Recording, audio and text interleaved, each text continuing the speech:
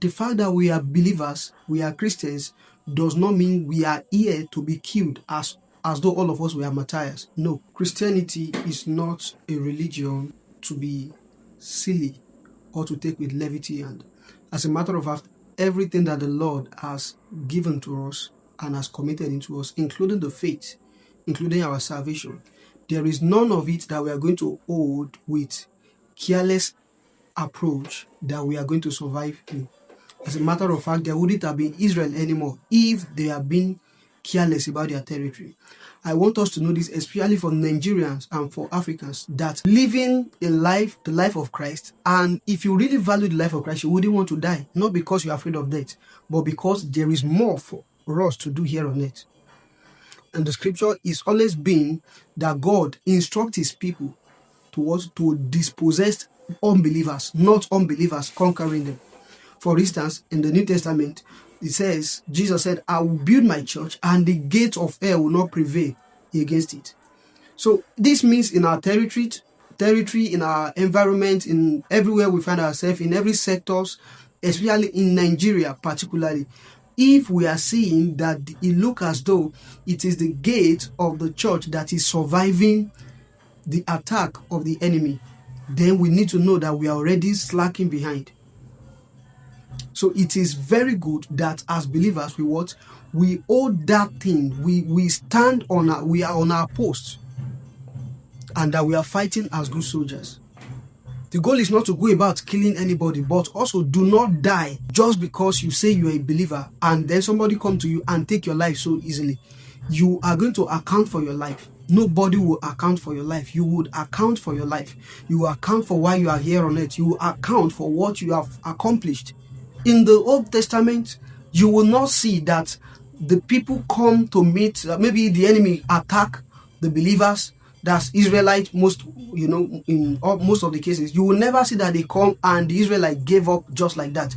If God is not against them, if they were not against the concept of Jesus, against the concept of the Lord their God that gave them the territory. What is truly blessing? Blessing is territory. Blessing is in possession, is in territory. That is geographical location. When God was blessing Abraham, he didn't just bless him by saying, I bless you. Those blessings manifested in what? I have given you this land. Look from where thou standest.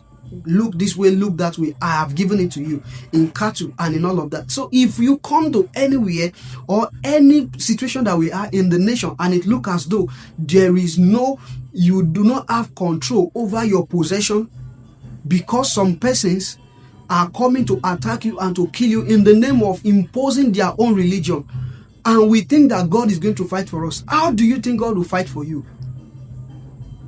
When any international intervention happens, we see that we believe that we will say that God is fighting for us.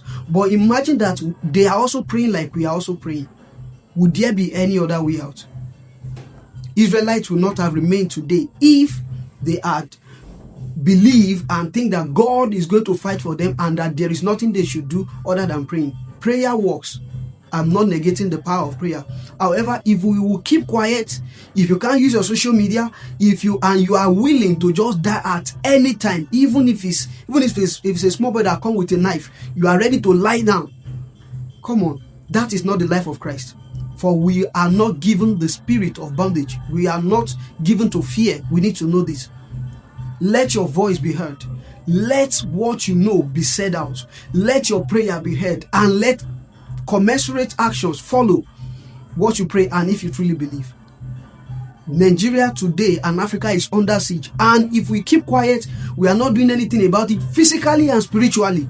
Physically and spiritually, then a day is going to come, God forbid, that we will say there was once a country called Nigeria where Muslim and Christian, where other religions lives. I like us to know that the will of God is such that we prosper, and such that we are not wiped out of extinction. What I'm saying happened in many countries, happened in Turkey, happened, that's all those places are very powerful. God moved in those places.